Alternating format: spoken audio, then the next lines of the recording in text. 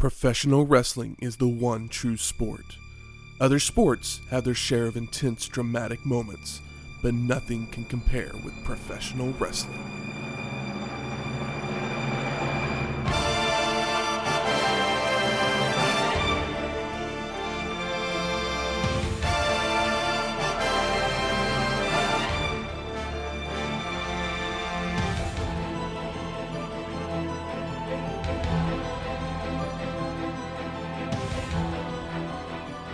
Welcome to Wrestling History X, where three friends come together to talk about the stories behind the matches. I'm Matt. I speak Ebonics. And I just want to be alone with my baby tonight. Welcome to episode 251, In Your House 14, Revenge of the Taker. New Millennium of Darkness. Revenge of the Darkness, final part. Huh? Those are so bad. I know. I mean, why isn't it just Revenge of the Taker? What do we need this New Millennium of Darkness, Revenge of the Darkness, final part bullshit? Yeah, exactly. That last one almost feels like it's a Japanese. Yeah. Mm-hmm. It feels like Friday the 13th, part 4, the final part. Like, okay, all right. Why'd you have to tell us? Maybe we would just watch the movie and be like, oh, I guess it's over now. Because then you end up with part 5. Not so good. No. The new chapter was not good. I like 6. Yes. Jason Lives was great. So this is the 14th In Your House, produced by WWF. It would take place on April 20th, 1997, at the Rochester Community War Memorial in Rochester, New York, with an attendance of 11,477 people. 420 bros. Good amount of people. Matt talked so fast, I wanted to say blaze it. Damn, that's what I should have got. Blaze. Blaze Pizza, God, so good. Is it good? I don't know, I've never been there. But we are in Rochester, New York. Yeah, we are. Absolutely. So Shane, did you do what you do? Well, I kind of did. Yes, we are in Rochester, New York, here on 420. And what does everybody love on 420? Pizza? Well, yeah. I would have brought weed, but I didn't figure anybody would partake with me. So. Yeah, I mean, you can, but So, I'm not a figured, weedman. what better than just bring munchies? And New York is known for their wide variety of foods, one of them being a New York-style pizza. And holy daddos, we found a New York-style pizza in Oklahoma City. I've never actually had an authentic slice from New York, so I don't know if this compares to it. But of the quote-unquote New York-style pizzas that I've seen in Oklahoma City and tried, this one, I think, is up there at the top of the list as far as all-around quality, flavor, the insane amount of pepperonis that are on top of them. And we're not just talking plain old pepperonis like gas station pizza. These are those little cups that curl up when you bake it, and it's like seriously loaded. Completely loaded. Yes. The couple times that I've been in New York and I've had pizza, the biggest difference is that the pizza there is greasier. Greasier? Greasier than this, you think? Yeah. Really? Huh. I mean, like, it's literally coming out of the oven, and they're eight cuts, and then loading it up on plates for people to like. It's selling that quick. So like everything, it doesn't have time to sit and let the juices soak in. I guess my thing is that my only criticism is that this is really salty. Is it? I thought so. I don't know. But not in a bad way. I just taste pepperoni. I mean, yeah. And maybe that's what it is. Maybe it's just all that pepperoni and all that extra oil. Definitely very good. Definitely better or more representative based on my experiences than other. Yes. Like, we serve a New York slice pizzas in Oklahoma. This is from a place called Dado's, DADO''S Pizza. I guess they're from Harlem, New York, and they were established here in 2021. I'm trying to remember if this was the place that brought the little special water filtration machine. I was just looking because I think that was a different one you ordered from that I couldn't remember the name of. Is it? See, I can't remember if I ever ordered from them or not. I just remember there was talk about this new place that was coming to town that they made. Their pizzas were more authentic New York because of the water filtration system that they had, where it made their water like the water in New York. But I think that the water thing, I don't know. I don't subscribe to it. I will not subscribe to it. I've never had a New York slice, so I can't compare. I'm not gonna. I've only had Oklahoma versions of New York. Don't say it, so I'm going to say it's not that place. Yeah, probably. Because I feel like you would plaster that all over your website. Yeah. I mean, this is definitely a really great slice. I Yeah. enjoyed it a whole bunch. Pretty simple. I mean, just meat, cheese, sauce, and crust. You know, nothing, no frills other than the fact that they just load the shit out of it with pepperoni, which is what I want on a pepperoni pizza. Also, a lot of places that do the big New York slice are typically don't end up being as like thin or floppy as the New York slice that the ones that I've seen.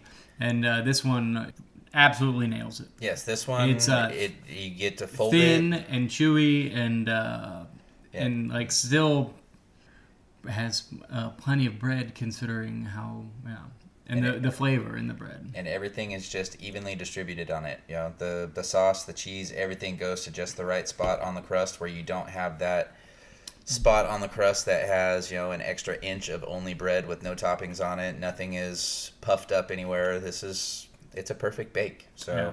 No, they did a great job. I'm curious to try other flavors that they have there. I went with just the standard pepperoni, but there was, you know, meat lovers and chicken and bacon. I think I saw on the website Pepperoni a buffalo or cheese pizza. is the way you gotta go if you're trying it. Something with sausage. They had a veggie Sauce one, pizzas. a cheese one, and they refer to them as pies and not pizzas, which just makes it that much more You guys ever authentic. had Andolini's in Tulsa? Yes, That's good shit.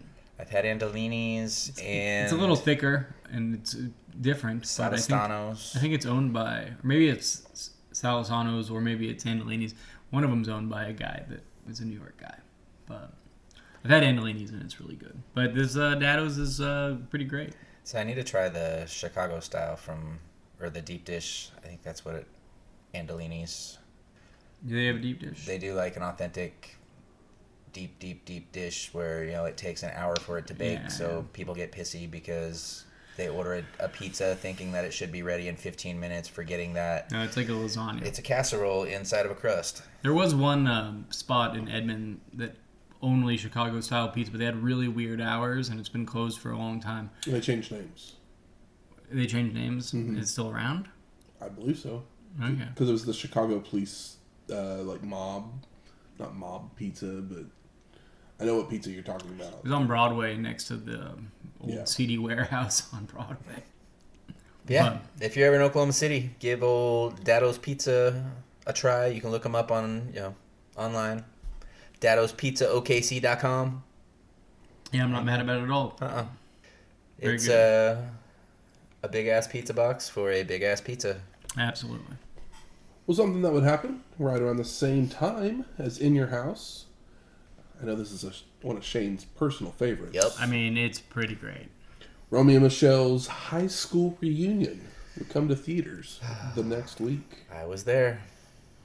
I mean, it's very good, incredibly funny. It's tongue-in-cheek, it's self-aware.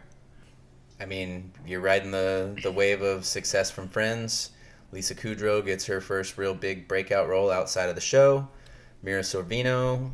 This is a movie that she did leading up to her Oscar nomination for Mighty Aphrodite. Yeah, it's just an all-star fun cast. You got Janine Garofalo in there. You've got, my brain just went empty on his name, Justin. He had a relationship years later with Jennifer Aniston. Thoreau? Yeah. Yeah. You've got the host of Traitors, Alan Cumming. Yeah, it's two amazing, funny women going back to their high school reunion, wanting to impress everybody. You know, it's a very quotable movie because this was around the time that cell phones were first becoming big. So if you need to make a phone, call, I've got a cell phone. I invented Post-its. Oh wow, yeah, it's such a It's so funny. And the Ramon. Oh God, Ramon.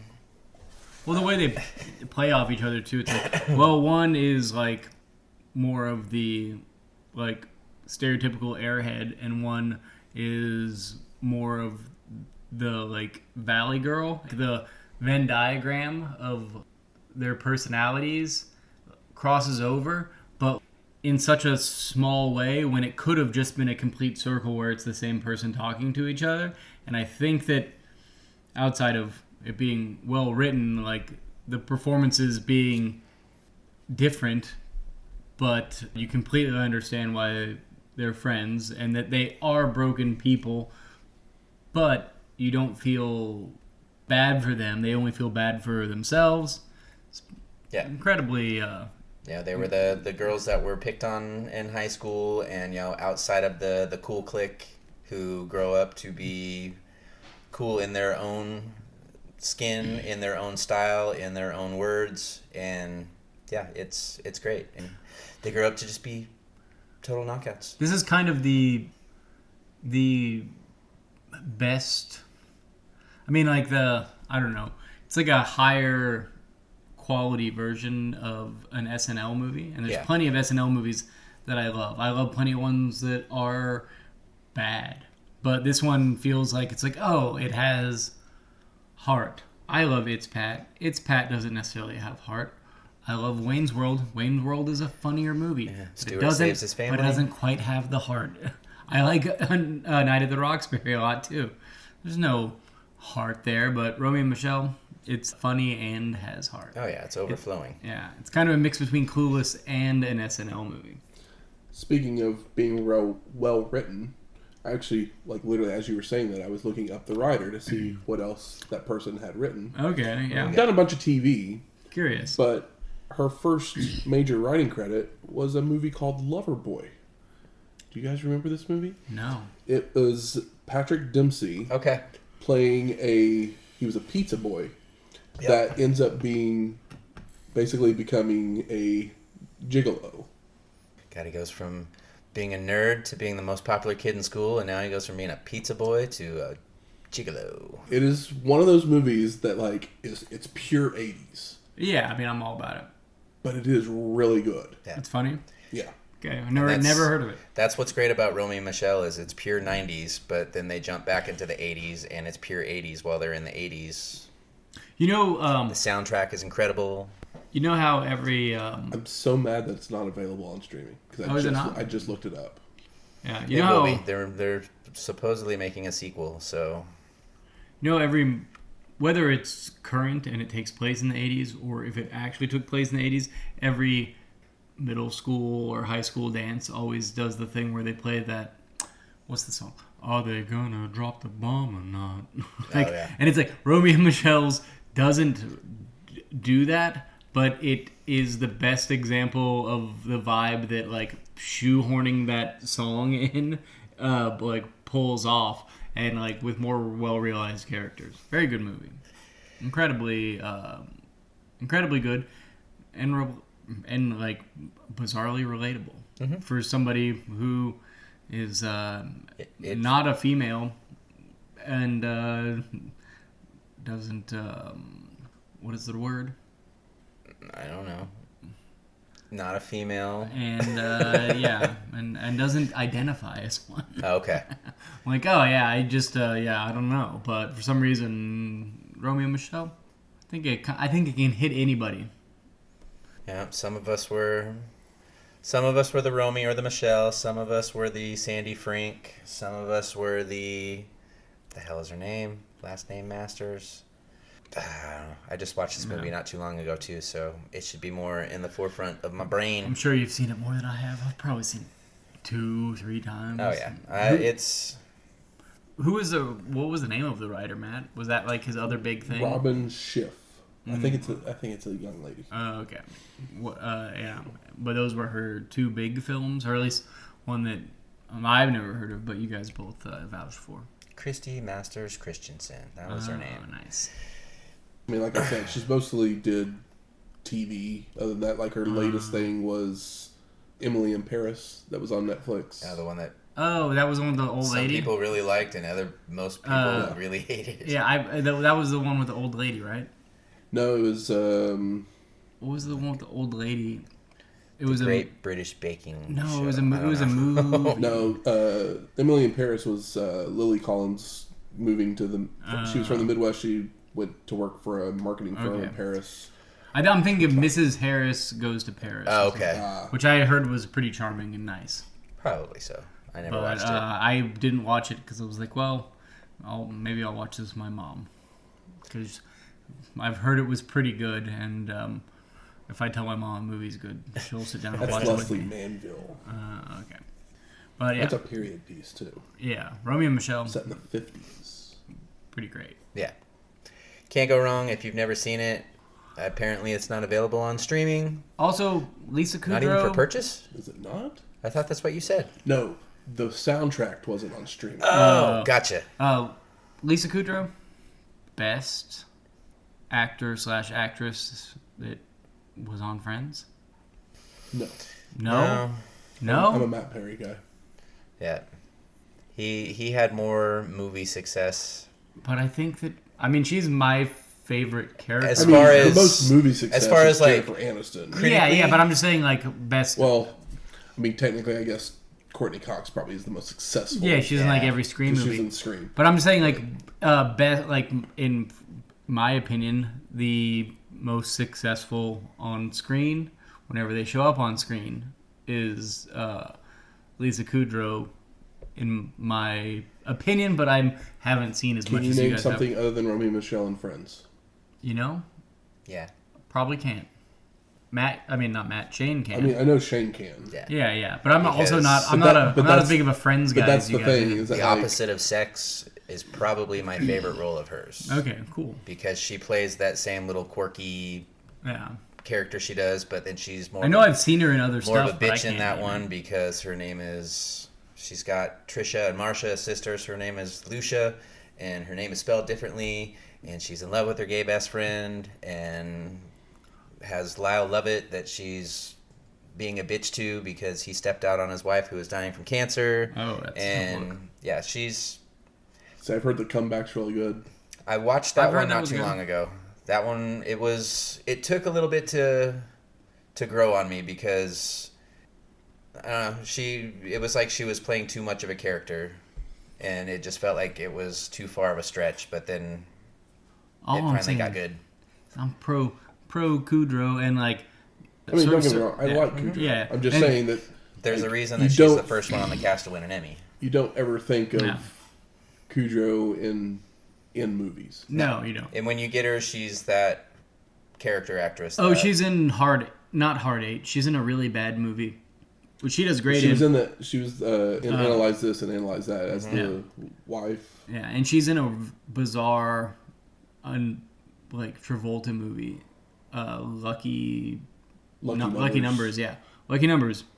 Not a great movie, but she's incredible in that. I was trying to think. I was like, I've seen her in other stuff, but what is it? And it's she's really great in a bad movie because Lucky Numbers is by no means a good film, but she's really great. What did in you it. say of sex? the opposite of The sex. opposite. Okay. Yeah. Okay. Yeah, I have seen that Christina movie. Ricci. Yeah, Christina Ricci. That's right. And Sorvino was I don't ever think of her in yeah. that movie either. But Sorvino was kind of like an upcoming it girl, but I think that she She got Weinstein. yeah. She was the it girl that was popping up in all these things. She did some Woody Allen movies. She won the Oscar for Best Supporting Actress for Mighty Aphrodite. And then it was like her wings were just fully clipped. Yeah, she was kind of the And she made appearances on Will and Grace and TV stuff, but didn't really have a big movie career from then. damn. I'm trying to think of the it girl right before her. Alicia Silverstone? Not Silverstone. Silverstone was cucked by Batman. Because Fuck. I can't remember. if you can name a movie or a show that she was in, I might be able to help. But I can't think of the lady, but she was another one of those hot young, attractive young actresses that was popping off in the 90s, and I can't think of her name, but it's okay. We can't do this all day. Anna Paquin. No, I fucking hate Anna Paquin. Why? We can't get into it. We don't have time for that. Is it because you watched I almost said True Blood. Yeah, True Blood. I don't watch And True you Blood. got annoyed at the fact that she couldn't say Bill, she'd say Bell? No, I just... Bell? Yeah. It's just some people where you're like, not that person. Well, let's talk some in your Come house. on, let's do it. WWF logo before a video package with Freddie Blassie narration. We see Mankind throwing fire in the Undertaker's face as narration speaks of demons rising to vanquish the Almighty and the wicked reveal in their misdeeds. But they will gaze upon the face of vengeance and know their fate is sealed. Quote the Raven, nevermore. We get the title screen before some pyro and Vince McMahon welcoming everyone to the show, joined by Jerry the King Lawler and Jim Ross. And we go straight to our first match. Say the words, Matt. I know you want to say it.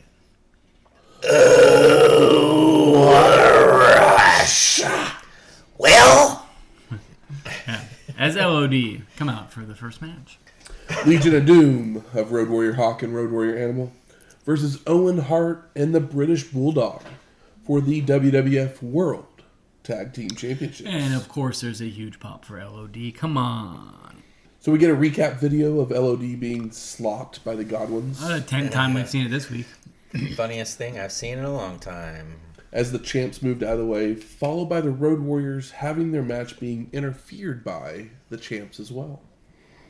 So Legion of Doom controls early on with shoulder blocks, clotheslines, and right hands, until Davey Boy responds with a clothesline and a stalling suplex on Hawk. Owen comes in and tries to lock the sharpshooter on, only for the Road Warrior to knock Hart off and nail a clothesline. Animal with a power slam, and he begins to wear down Owen with a chinlock, as we go to split screen to see Steve Austin arriving to the arena. I mean, we're split screening on pay-per-views, but it's Stone Cold Steve Austin. And we hear Pat Patterson asking why he's so late, only to be told to get lost. And Hart escapes the chinlock, only to run right back into a press slam and a Hawk top rope splash. But Owen reverses a whip and charges in, where the Road Warrior bounces backwards out of the corner for them to knock noggins. Now back to their feet, Hart delivers an enziguri before bringing in Bulldog to stomp away on the lower back of Hawk. And Owen returns and applies a sleeper, only for the Road Warrior to escape and run the ropes. But Davey Boy gets a boot to the back to slow the momentum. And you know what? I couldn't be more happy that Lawler and King are back. And you know who's not at the announce table? Honky, Yup. you honk, you gotta go.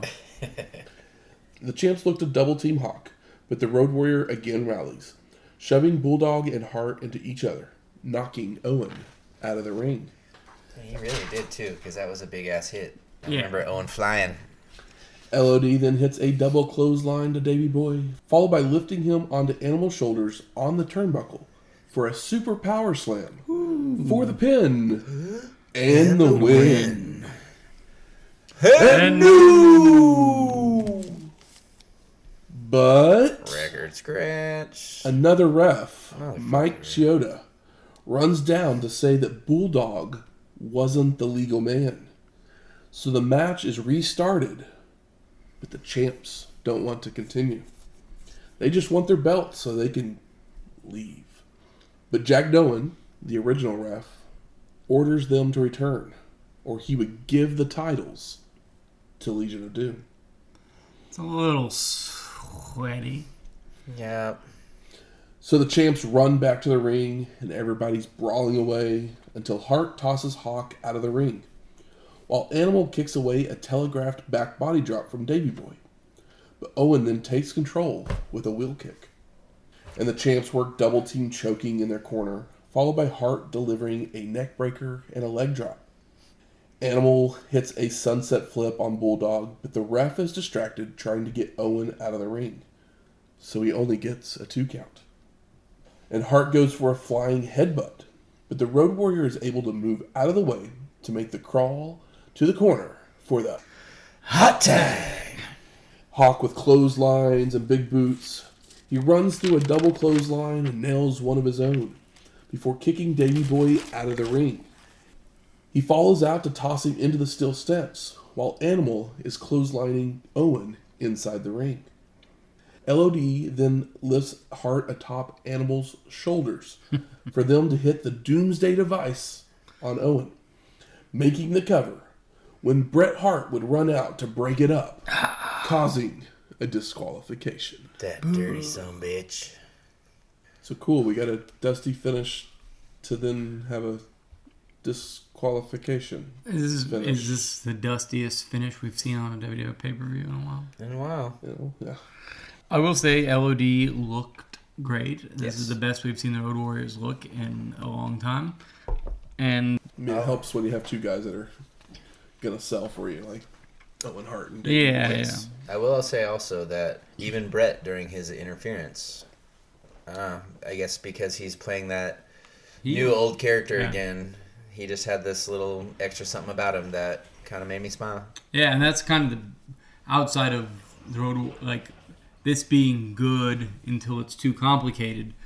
It puts a extra exclamation point or period on Bret Hart healing it up. Oh yeah, so, I mean, everybody he played the Hitman with the heart of gold for too long, and was everybody's favorite good guy. But I think people forgot and were quickly reminded that before he was that guy, he was the shithead Hitman that was in there smashing people's trophies after their battle royals and lying, stealing, cheating, working with Jimmy Hart. So we go to the back where Doc Hendricks catches up with the tag champs, calling them lucky. But Owen disagrees, saying that they are the best tag team that is, was, and ever will be, beating Legion of Doom like they beat everybody.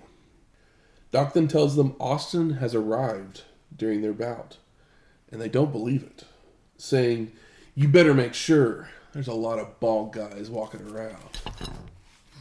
And Bulldog says they will beat Stone Cold, just like they did their Road Warriors. Hendricks then sends it to Sonny and Brian Pillman, who are flirting in the Superstar line room. And I was like, damn, I forgot about Pillman. It's been a while. Yeah, it has. And here he is with Sonny. It's like this, I don't know how long it's been, but it feels like it's been a year since we've seen Pillman. It was earlier in the year. I know, but it seems so far away. Yep.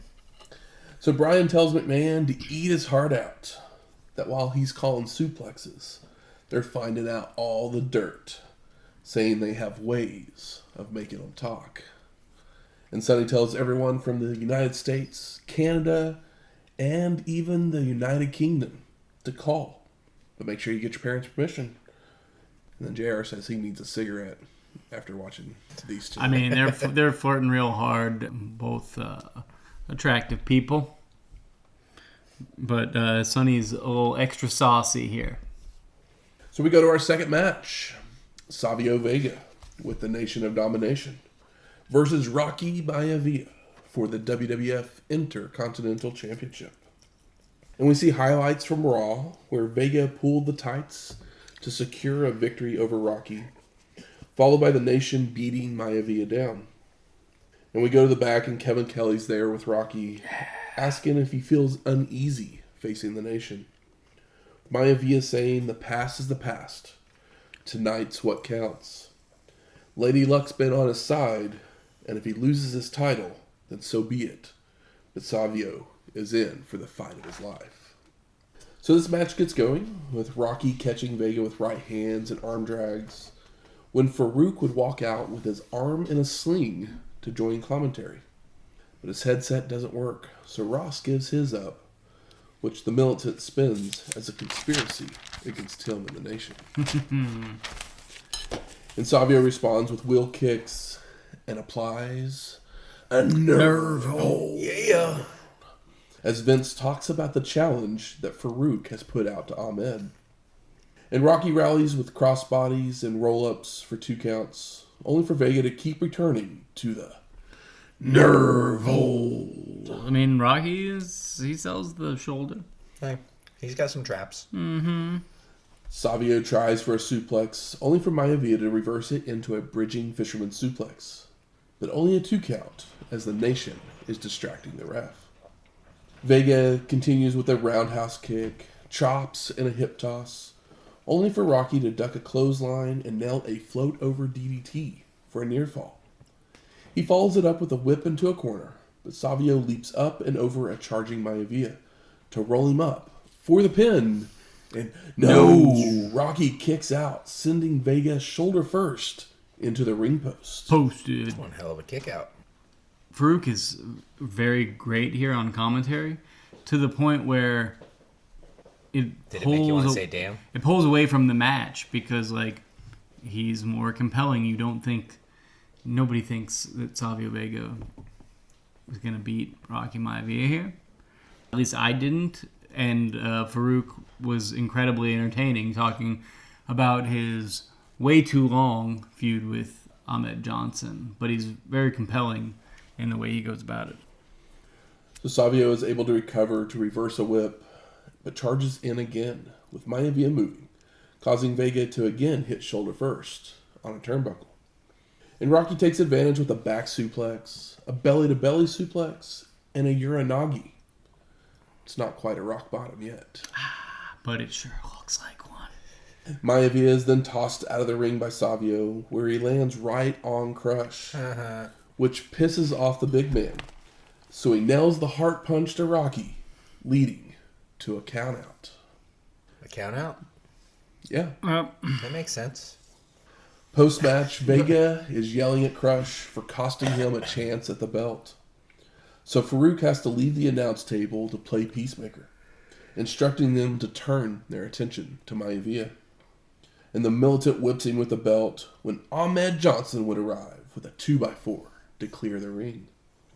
And Ahmed takes a mic and he accepts the Nation's challenge, saying he must beat the illegal immigrant, the convict, and Farouk's black ass, promising to face them all in one night and all at once if they want it. Which is kind of funny because I guess we just assume Ahmed Johnson was watching the feed in the back because this is what Farouk was talking about on the microphone. So basically, Ahmed was supposed to be in a gauntlet match with the Nation on this show, but Farouk hurt his shoulder during the match at WrestleMania. Yeah, the brawl. And so we'll get that match on the next pay-per-view. Okay. Fingers crossed, nobody gets Check injured. that, and this is just a way to, like, keep it moving. And Rocky's opponent for this show, we'll talk about why he's not here a little bit later as well. Okay. We then see Ken Shamrock chatting online in the AOL room. He's grinning about something when McMahon claims Ken will challenge Mike Tyson on Raw. I know. I was like, what?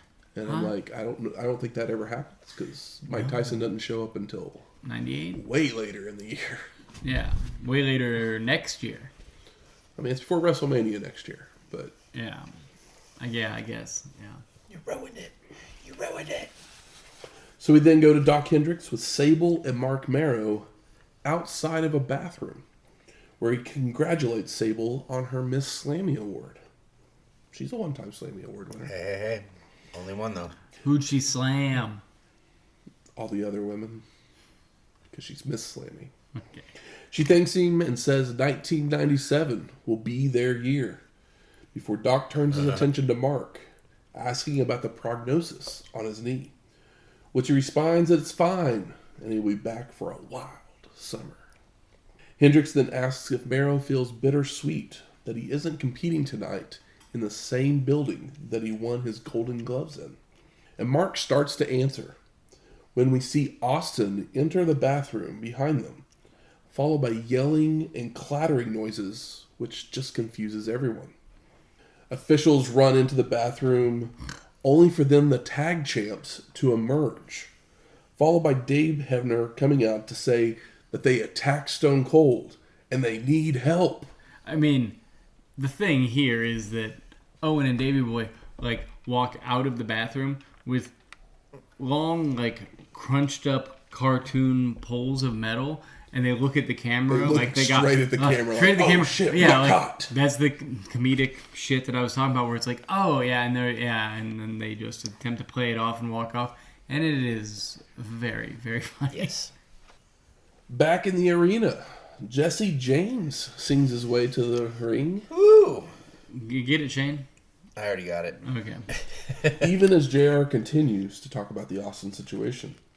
We then get sent to a recap of the storyline where Honky Tonk Man had chosen Jesse to be his protege, only for James to spurn him and destroy his heirloom guitar in the process. Heirloom. Honky then comes out to announce the man he has chosen, promising his fans and friends someone that would break Jesse's neck. And Honky Tonk Man would then announce the artist formerly known as Billy Gunn as Rockabilly, who dances his way down to the ring. Poorly in a bedazzled jacket. Oh, Billy. And the commentators don't understand this at all, because literally a couple weeks ago, which we watched on episode 249. Billy Gunn decked him. That's right. It's all a swerve. Like, they even show us a highlight of this. Yeah. So it's like, what's going on? What changed where Billy Gunn would... So, Disco Inferno was supposed to be this character. Seriously? Wait, what? And he re-signed with WCW. More money, less work? I guess. We all missed out on... I wonder what his name would have been. Might have Disco Billy? Might have stayed Rockabilly for all we know. It probably would have said Rockabilly. Or... I don't know. He's disco. He's not rock. I mean, his name is Billy, so Rockabilly works. But Disco Inferno, Rockabilly's a type of music. It was Who knows what they would heavily influenced by, Elvis. Oof. And Ross goes and asks Honky for an explanation. And he claims that the aggression impressed him. And he's persistent, wearing down the resistance and making him an offer he couldn't refuse. Yeah. Sold up some of those jumpsuits. I got rhinestone money. So we get our third match. Jesse James versus Rockabilly with the Honky Tonk Man. And Billy is caught with arm drags, hip tosses, a drop kick, and a clothesline that sends him over the ropes, followed by James flying off the apron with another clothesline. Now back in the ring, Rockabilly rakes the eyes to change the momentum before hitting a jumping rocker dropper, because it's not yet quite a famouser. No, but I mean, it looks like the famous. Followed by nailing a neck breaker and a back elbow. And Billy goes for a splash in a corner, only for Jesse to move and fire up with punches, clotheslines, and a little bit of dancing of his own. James continues with mounted punches in a corner and more clotheslines, followed by running the ropes, where Rockabilly just shoves Jesse out to the floor. Now back in the ring, Billy looks to deliver a tornado DDT, only for Jesse to just cradle him up for the pin and the win. Post-match, Honky sneaks up behind James with his guitar, but he senses him and moves, causing the guitar to hit the turnbuckle. Oh, no. So they don't even get a guitar break. I know. So I'm pretty sure that this match was not supposed to be on this pay-per-view. If the Ahmed Nation match had happened, and the other match that we'll talk about later, the Rocky match. But Disco Inferno, no way they were going to put him on the pay-per-view. No. So we go to the back. Doc Hendricks is there shilling some merch, showing off that Undertaker door banner again. That wall scroll. We then go to Kevin Kelly in the locker room with Austin and Gorilla Monsoon. And he's asking Stone Cold if he's in any shape to wrestle, with Austin replying that it ain't keeping him from the ring. Bret would have to kill him before he'll leave him alone. And Kevin says that Stone Cold has refused medical attention, only for Stone Cold to say it's because he doesn't need it, but the Hitman will. Austin continues that Hart can bring his whole damn family, including his fat father Stu. It won't matter because none of them can whip his ass. And Kelly asks Gorilla his thoughts, saying he will buy Stone Cold some time. rearranging the card and making their match the main event. I mean, that was pretty nice of Monsoon. I mean, how much sense does it make? All the sense in the world. And also Austin, just a sweaty mess with a towel over his shoulder. Doesn't look into the camera, keeps his head down, but like still is like fighting through it, but like not selling it vocally, only selling it visually. It's good stuff. We then go to Lance Wright in the locker room with the Hart Foundation. You mean the taller clone of Brandon Walsh? I see that a little bit. Yeah, he's We've got the same actually haircut. seen this guy before Okay. as a merch hype guy on ECW Hardcore TV back in episode 186. Jesus. I do not remember him. We literally saw him one time, and I had no clue who he was. Yeah, and same here. But now I have a name for him. Yeah, he looks like he looks like a background actor for 90210. And Lance asks the Hart Foundation why they attacked Austin, with Bulldog responding that he started it. They were celebrating their victory when Stone Cold attacked them. And Owen echoes these sentiments, not appreciating the words about his father, before Bret says, "You know what the bottom line is? Who's crying now?" Followed by a smirk, and the trio walks out. Beautiful. I mean, Bret. Thing is like Bret's never been a bad talker, but less is always more with him, and he nailed it with that smirk. Vincent sends us to a video recap about the Undertaker-Mankind feud that has some backward talking, animal noises, and frantic edits of different highlights from their past matchups, before going to footage of Foley throwing fire into the dead man's face. And the package is very like VHS horror footage. It looks like somebody used a home camera to tape a VHS tape off of their television and manipulated it. It's a nice vibe. And we see the dead man flailing about in pain as JR says he smells burnt flesh, while Todd Pettengill narration says blind ambition will be redefined in the vision of Armageddon. I don't know what that means, but they're No nice. clue. They're nice words next to each other. Like, you look at the sentence and you go, well, that's like an intimidating sentence. Mm-hmm. And it sounds good. No clue what it means. Yeah, Vision of Armageddon sounds like a band I wouldn't go see or a band I would see, and that's one of their best songs. It's Vision of Armageddon would be the song title. We then come back to Doc Hendricks, who's in the back with Mankind and Paul Bearer, where Paul is holding his nose because he still smells burning flesh, while Foley claims it will be the greatest night of his life, as Taker screams will be music to his ear. I mean, come on. Greatness. Music to my ear. Ba-dum-bum. That one, that's for the Dirt Sheet Boys. So we go to our fourth match, Mankind with Paul Bearer versus The Undertaker for the WWF Championship. Revenge of the Taker. And Foley brings a fire extinguisher to the ring with him, while the dead man arrives with a bandage on his face to cover the burns. I know Foley with the fire extinguisher. He's cradling it like a baby. It's so funny. And Mankind jumps Taker as he enters the ring for the two men to brawl in and out of the ring, even over into the crowd, with Undertaker ramming Foley's head into the railing several times, before returning to the ring where the dead man attempts old school. But Mankind escapes the grasp, so Taker springboards off with a clothesline.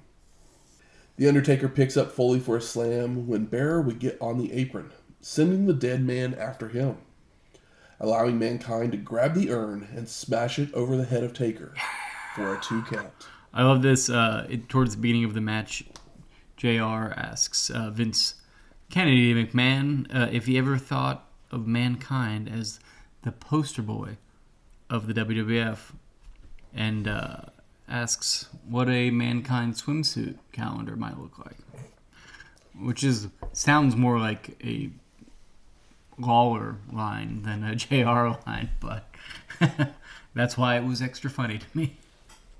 Undertaker takes a running knee in the corner and chokes, but fires back with right hands, only to telegraph a back body drop, allowing Mankind to nail a swinging neck breaker for a near fall, followed by a nerve hold. Doubling up. The nerve of this man. The dead man escapes and knocks Foley out to the floor, where he drags Taker outside, trying to slam him face first into the steel steps, only for the Undertaker to block and reverse. Mankind then grabs a glass pitcher of water from the French announcers, breaking it over the head of the dead man, before grabbing a chair to smash over his head as well, followed by a second rope elbow drop down on the concrete. Splat. I mean, that break of the glass, I was like, oh, Taker's got to be busted open, and he's not. But it fucking shatters. It looks great. It broke in his hands before he ever hit his head. Okay, I did rewind it, but I didn't quite. I mean, it was that sugar glass, guys. Back in the ring, Foley delivers a pair of pulling pile drivers, but Taker retaliates with right hands and a leaping clothesline. He goes for another in a corner when Mankind would pull the ref in front of him. Love to see it. Ref bump. The pulling pile driver, which in my mind, is the Funk driver. Yep. It's like, that's the Terry Funk pile driver. So it makes extra sense for him to do it. How often you see Undertaker pile drive. And these guys, we saw them fight a lot for a while. And I feel like there's been enough time and a big enough angle. But everything here seems more brutal. It seems more like the Taker's more animated and looks like he's laying in more. I mean, this is just a nastier match. Foley locks on the mandible claw. Oh no! Taking the dead man down to the crowd when a second official would show up, only for Mankind to dispatch him as well with a mandible claw. Putting the claw on the ref is so funny. The bearer tosses a chair into the ring while Foley grabs the steel steps. But this allows Taker to recover, and he hits a drop kick of Mankind with the steps in front of his face. No. Undertaker then uses the chair across the head of Foley before tossing him into the ropes, where he gets hung up, until the dead man just rips the mask off the face of Mankind. Yeah, he tries to pull him up to choke him or whatever, but he just only gets the mask. And the ear tease. And then he does the spot, pulls the mask off. We haven't seen Mick without the mask here at all. And Foley, on the last Raw, offered a mask to Taker. It's all fitting together. So did you have the Lucha moment where you had a gasp when the mask came off? No, I know what the man looks like. I mean, I know what the man looks like too, but it was just like that instant reaction. Oh shit! No, yeah. Wait, it doesn't Cactus matter. Jack. Yeah. No, it was one of those things where it's like, oh, it was more the surprise of we haven't seen him without the mask yet, because he in WWF, his career without the mask is probably longer than his career with the mask on. Probably. Yeah. So as Foley makes his way up to the apron, Taker nails him with the steel steps, sending Mankind flying head first into the Spanish announce table. Háblame Jesus! But literally. That table had to be gimmicked, right? It was gimmicked. Yeah, it was gimmicked. For him to land that way. Yeah. You know, when in a cartoon where it's snowing outside and somebody falls face first into the snow with their legs out, kicking. Yeah, that's what you're missing is those little sound effects. Yeah. But this is what Mankind did: is he went face first down, and it was covered with a sheet or whatever, but he just went straight fucking down, absolutely bananas. Mankind go down the hole. The Undertaker then drags Foley back into the ring to deliver a choke slam and a tombstone for the pin and the win. Post-match, the dead man celebrates, but then he points at Paul and begins to chase him around the ring, when Mankind would attempt to throw another fireball several times. Several. But the flash paper doesn't light, And it feels like Undertaker was supposed to be fighting Bearer, and then like right as he throws the fireball, Bearer was supposed to be Bearer was supposed to be there to take the fireball on his face. Well, yeah, and that's what they're going for in this moment. But it doesn't work. So Taker gets tired of waiting, frustrated, and he takes it away from Foley. And Paul begs off to the corner. So the Undertaker tries to throw fire into his face, and it still doesn't work a couple times. He is spinning in circles, like trying to get the lighter to light, and he finally gets down into the corner and just like gets it to light and like throws it down in his face. And Paul rolls out of the ring, covering his face with his jacket, as Mankind escorts him to the back, while officials rush out to help. Yeah, and the biggest issue in this whole match is that 1.5, or maybe it was 60 seconds where... That's not even part of the match. The match is great. The match is great, it's the post-match stuff that kind of... But it's one of those things like, that moment would have been so great, and the thing is like when it finally happens, it does look great. It's just that it took a second. It's like, so but what are you supposed to do? Because it's not like somebody biffed a spot and you can move on. Don't redo the spot. Move on. Be intelligent about it. But this is a fireball. You can't just move on. It's one of those things that they had to do it because they were setting up a certain brother that might be showing up. We all know. We know. We feel it. We're excited. Oh. We get a commercial for our next pay-per-view. In Your House 15. It doesn't actually give us a number. It just says In Your House. Yeah. Live May 11th, where the WWF superstars will show athleticism and kick some serious butt along the way. That has to be the worst. It was a horrible commercial. Everything. Yeah. It was bad. Just where the WWF superstars so I may just leave with mess up in because it's that bad. Yeah, I mean, it's not, they're normally pretty decent at these little ads. This was not one that they seemed like they tried at. Damn. Maybe they don't know what they're going to do next. I'm here to show some athleticism and kick some serious butt and chew bubblegum, and I'm all out of bubblegum. May as well just been that. Yeah. So we go to the back. Doc Hendricks there with the Hart Foundation. And you can also hear Bear crying in pain in the distance as Doc asks why the tag champs are there, with the Hitman saying, "It's none of your business." And Bret continues that this is a war. He doesn't know who is less forgiving between himself and the American fans.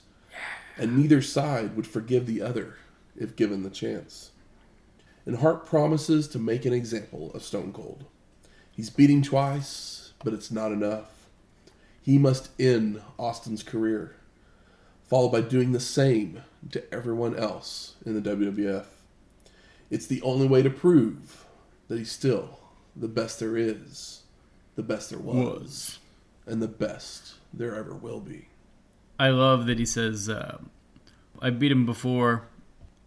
I beat him twice before, and that's not good enough, so 3 times probably won't work either. And it's like, hell yeah, dude. You're like, so I'm just going to have to end his career. But yeah, so yeah, it's like, even though I beat him tonight, will it even be enough? So we go to our 5th match. Bret, the Hitman Hart, with the Hart Foundation, versus Stone Cold Steve Austin, to become the #1 contender for the WWF Championship. And Gorilla Monsoon and officials stop the Foundation in the aisleway, ordering the tag champs to the back, saying they are not allowed at ringside, with Owen yelling at Monsoon that he'll pay for this. "We'll get you, my little pretty." Yeah. That's what I was thinking.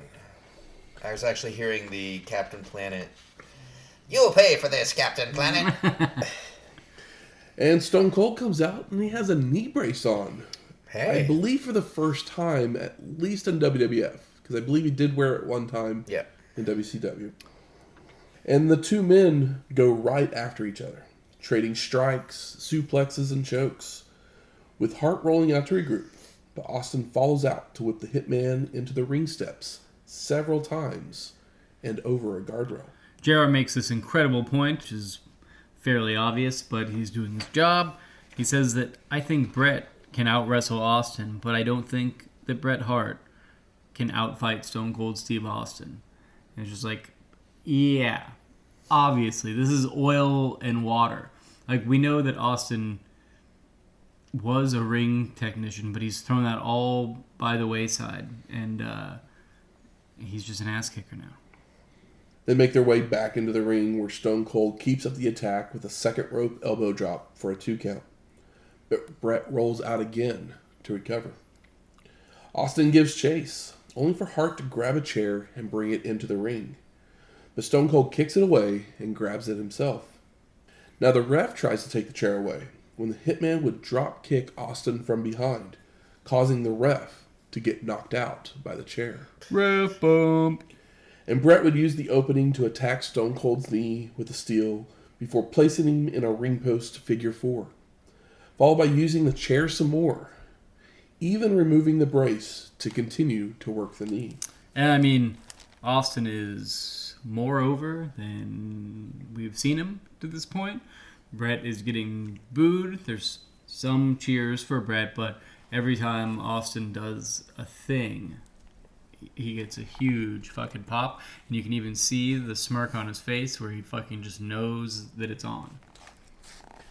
And we go to split screen to see footage of Bearer being loaded into an ambulance, still screaming in pain. Woo. We come back to the action, and Austin has turned the tide with a pair of low blows and chokes. He goes for a second rope elbow drop, only for Hart to move to regain control with a vertical suplex, followed by applying another figure 4, this time in the middle of the ring. Stone Cold is able to turn the hold over, causing the Hitman to grab the ropes to break the hold.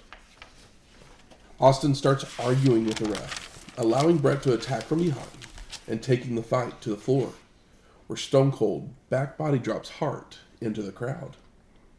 And back at ringside, Austin with a not-so-rubber band slam and an apron clothesline before making their way into the ring, where Stone Cold whips the Hitman sternum first into a corner. Not his chest. Strongest sternum in the game. Yep.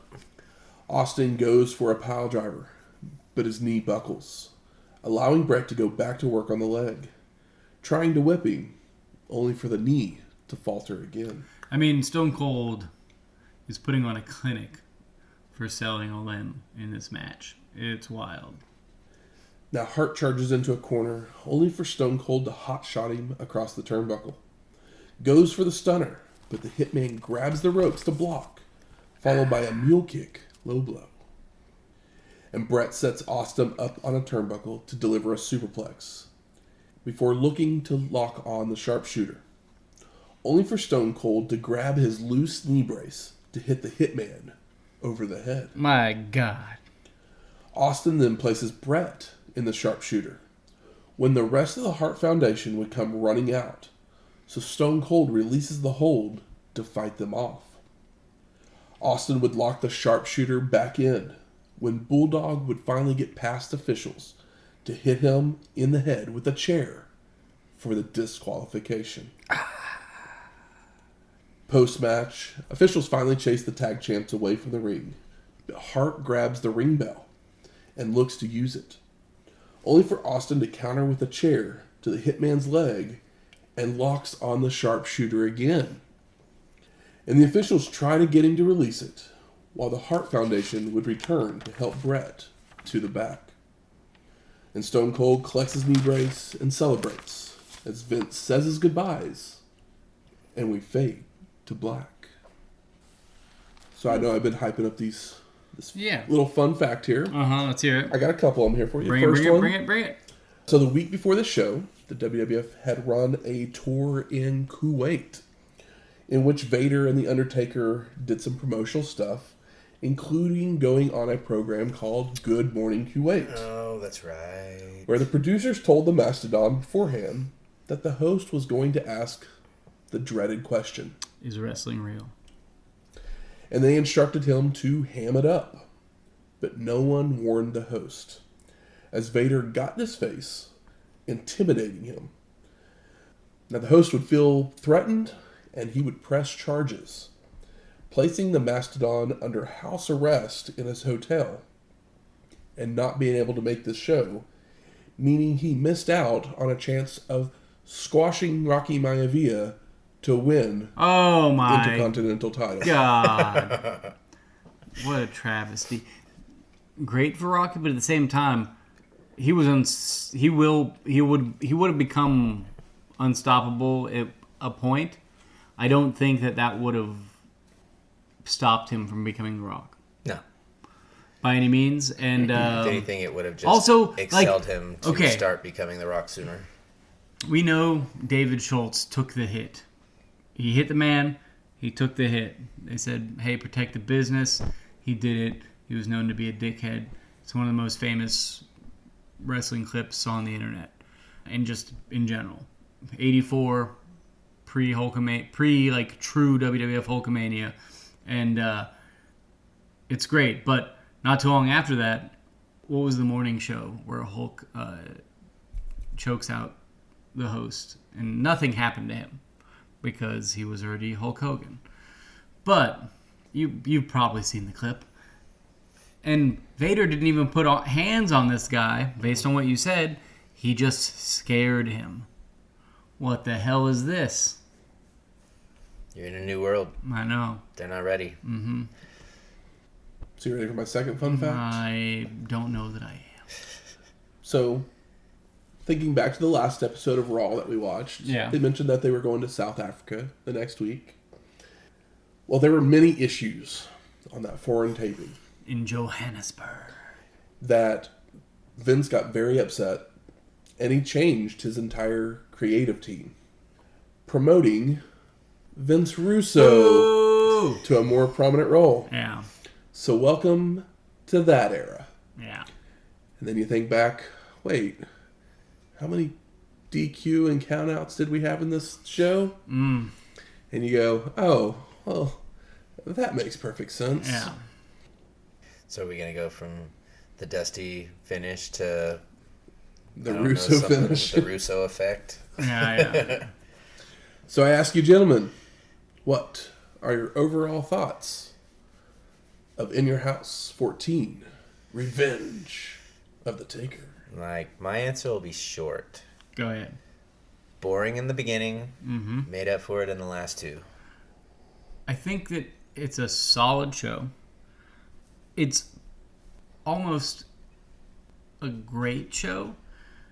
It's a show that everything ends in a fucking DQ, which is wild because by the time the show's over, you don't even remember that everything ended in a DQ because everybody does their job so well in the ring. And to the point that I think that this might be the best, some of the best in-ring between Bret and Austin and Taker and Mankind, where like when they are in the ring, they're going at each other and it's hard and everybody's selling and everybody's laying it in and working extra hard and the psychology is great, but it's not as an incredible of a finish as Stone Cold passing out. But I think that everything before that, I think the rest of the match is better than the more famous match. It just doesn't have a finish.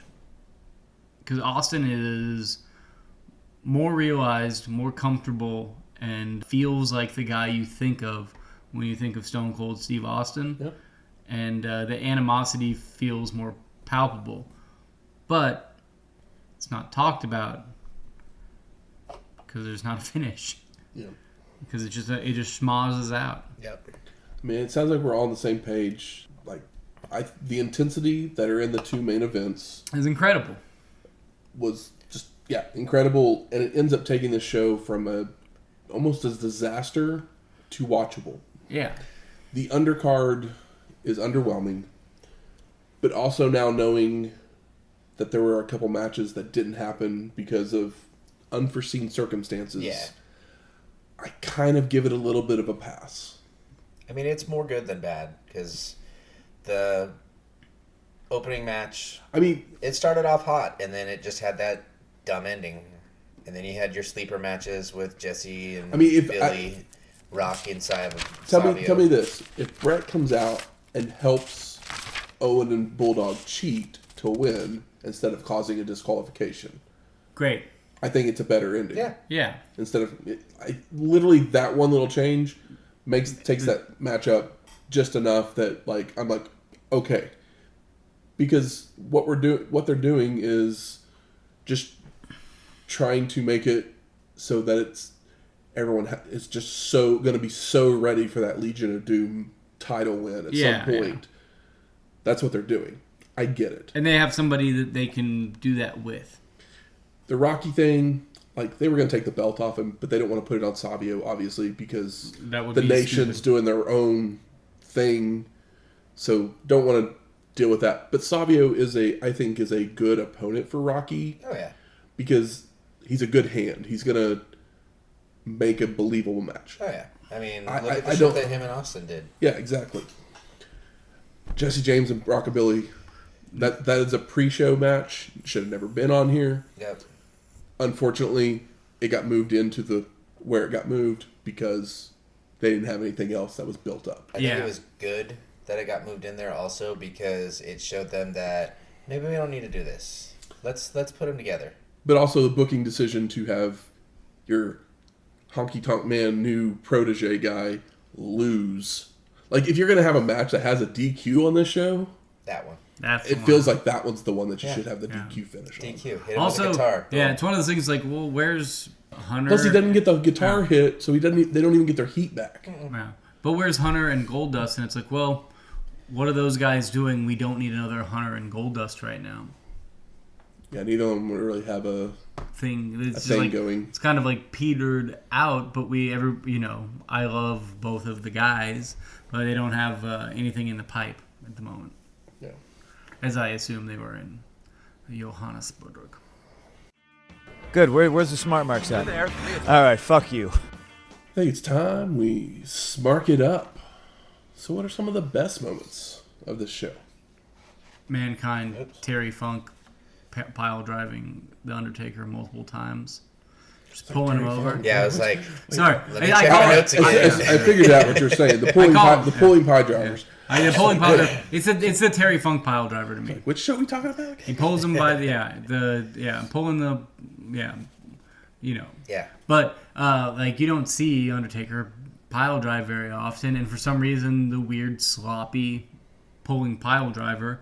Well, not very many people are big enough to pile drive him, so yeah, for sure, and that's one of the reasons. But Mankind, that's the pile driver he does to anybody, no matter their size. Mm-hmm. That's just part of his move set, but it doesn't get used particularly regularly, especially at this point in his career.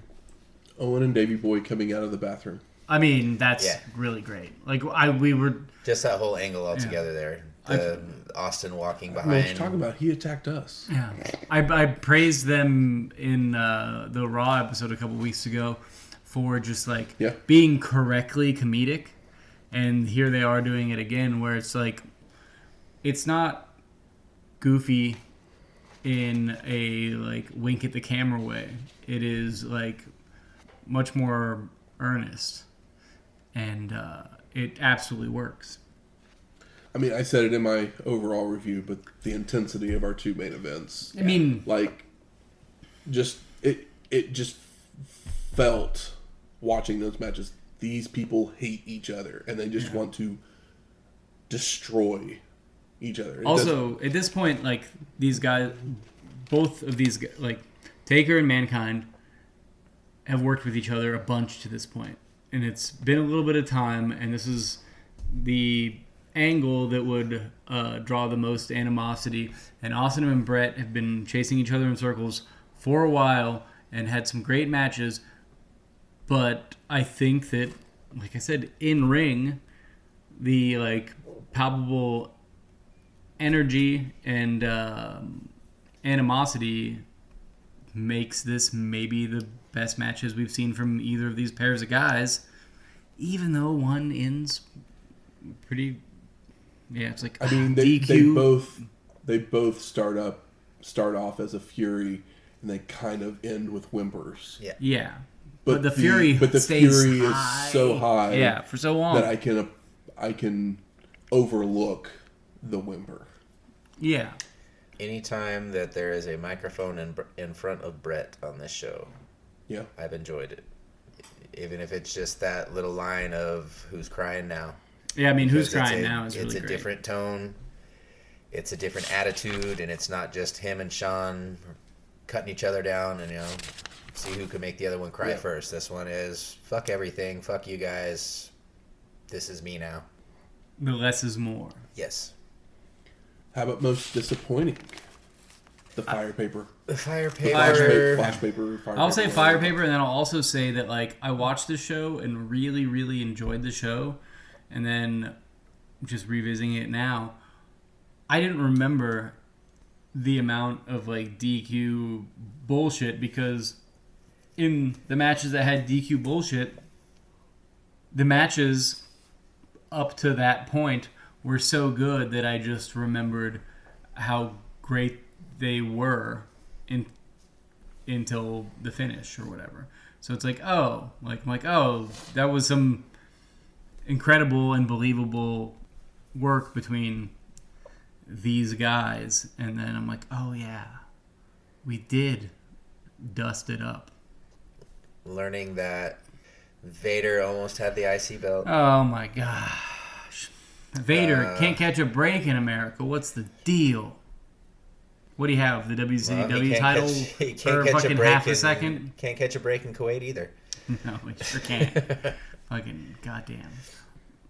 I was about to shit on Kuwait, but I don't know enough about Kuwait to be doing that. Yeah, I don't know if I'd say anything bad about any foreign countries right Yeah, now. I mean, yeah, for sure. I know they're a small country, but why you gotta do Vader? He had to go up against the one guy that didn't know that it was all just a work, and it ended up kind of fucking up the rest of his WWF career. Yeah, I mean, he'll go on to make some money on Boy Meets World. Yeah. Which is very bizarre. What about best performer of the night? I mean, there's 4 guys. And... I mean, there's 4 guys, but there's also 6 guys. I was like... Because some guys did stuff without saying any words at all. All it took was just one look. Yeah. I was going to say that Owen and Davey Boy They were great. They were pretty great as well. They were, tough. but I feel like Austin... They talked about how Austin has the pro. I mean, Bret has that one line. But I feel like promo, Austin which is so good. has like we've been talking about him like if it's a PlayStation 1 loading bar and we've been like loading to full Stone Cold Steve Austin, Like, we're closer now than we were even 2 weeks ago. and then we also had Farouk on commentary. Farouk was great on commentary, but I didn't like him. I Really? think you guys liked him on commentary I much did. more than I did. I quite enjoyed it. But I wouldn't give it to him for that because Mankind and Yeah. Taker both killed it, and Austin. I personally think you got to killed give it to Austin because he sold the knee. He sold the knee like crazy. He had the smirk. He did the middle fingers. I mean, he is. I feel like he's basically there. Yeah. I mean, this is the biggest cheers he's gotten on. In the WWF, he's basically home free. The world is almost his oyster. How about most surprising? The news about Disco Inferno. Oh, I had yeah. no clue about that. Actually, I was going to say Vince Russo, but as soon as you said that, I was like, yeah, because I didn't even know that one at all. I mean, I knew Russo took over at some point. I didn't know when. Disco Inferno But the is, Disco is one. Inferno But thing I don't is- think the Inferno would have. So that makes me wonder then, was Disco Inferno a Russo idea? Because that doesn't sound... No, Disco Inferno was like his gimmick for like. No, I mean forever. bringing him over. Or Oh. attempting to bring him over. I mean, Because probably that just not. doesn't seem like the guy that I'd look at WCW and go, that's who I want. Yeah, I mean, I can't see JR or like Cornette or Jerry Lawler being like, "Oh, we got to bring this guy over." He dances. He fits the gimmick that they were going for. Oh, true. Him and Flash could have had Even though Yeah. it's all kinds of funk. even funky though it's fun. a horrible gimmick, as we'll learn real quick. Yeah, I guess him and As we Flash still make know. sense, but it's like, oh, well, we need to pad it out because they have a pretty thin roster, but they have people that people are starting to care about or already care about, as opposed to a bunch of, like, I don't know. It's like even Savio Vega means something. Even if nobody is cheering for Savio Vega, everybody knows who he is. And he's won matches in the past, so it means something if you beat him. And now for a look back even further into the history of wrestling. The dusty finish. Big Van Vader was the WCW World Heavyweight Champion for the past 9 months, when the Nature Boy Ric Flair would put his career on the line at Starrcade on December 27th, 1993. Vader would use his power early on, beating down Nate in a corner, before dropping him on a guardrail outside the ring. Big Van Vader would miss an avalanche attack, but interference from Harley Race would allow Vader to maintain control with suplexes, power slams, and a Vader bomb. Flair would begin to fire up and start working the leg, ramming it against a ring post and using a chair several times, before finally locking in the figure 4. But Big Van Vader was able to make the ropes to break the hold. The Nature Boy would then avoid a Vader salt and a diving headbutt from Harley, hitting a running forearm and some chops, only for Big Van Vader to go for another power move. But Flair trips up Vader into a roll-up for the pin to become the WCW World Heavyweight Champion for the second time. Nate would feud with his old rival, Ricky Steamboat, over the next few months, before a new arrival to WCW would make history making waves. It's so smart that Ric Flair caught him on a roll-up, caught the bigger guy on the roll-up. I mean, it writes itself, and sometimes we don't see it enough. Yep. Next week, we're going to stay in your house. Oh my God. Going to number 15. Hey. A Cold Day in Hell. Are you telling me Glacier has joined the WWF? Is it going to be Or Revenge? maybe it's the Eagles. Is it Revenge of Hell on a Cold Day part? Never. What's the what was the Vader WCW like the Mountain of Fear or whatever? Mm-hmm. What was it called? Sorry guys. Sorry, I Super apologize. Bowl 3. White Castle of Fear. White Castle of shitting your pants. Am I right? You know, Music from this week's show Never had one. They're gross. is Electra. And Stone Cold Steve Austin won our main event. So we play Hell Frozen Over. Hey. Version 2 by Jim Johnston. I didn't know it was called Hell Froze Over. Volume 2. I mean, is that because they added the glass break? Yeah. Nailed it. If you like this episode or any of our others, please go out there and rate and review us on iTunes, Spotify, GooglePlay, or wherever you find your podcast at. If you have any questions, comments, concerns, You got any recipes? You have any drink ideas? We're going to Richmond, Virginia next. So if you ever been to Virginia, give me some ideas. You know what? I don't know if it's still a thing, but a handful of years ago, Stone Cold Steve Austin started a brewery or beer company or had his own beer. Mm-hmm. I've never seen it in any liquor store in Oklahoma. The man lives in Texas, but like you would think that it would be shipped up here. Possibly. Yeah.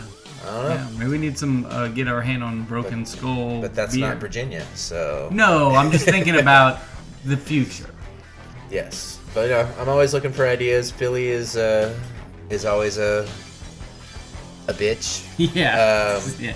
So To get to it. throw me some ideas. What was your favorite match on this thing? What was your least favorite? What's the most standout? Slide into our DMs. Hit us up on the X. Talk to us. Talk to me. We know what everybody's is. Rockabilly Jesse James. Absolutely. If you have any of those things, you can hit us up on our email at wrestlinghistoryx@gmail.com or find us on X at WrestlingHistoX. That's Wrestling HISTO. X. We'll talk to you next week. Laters.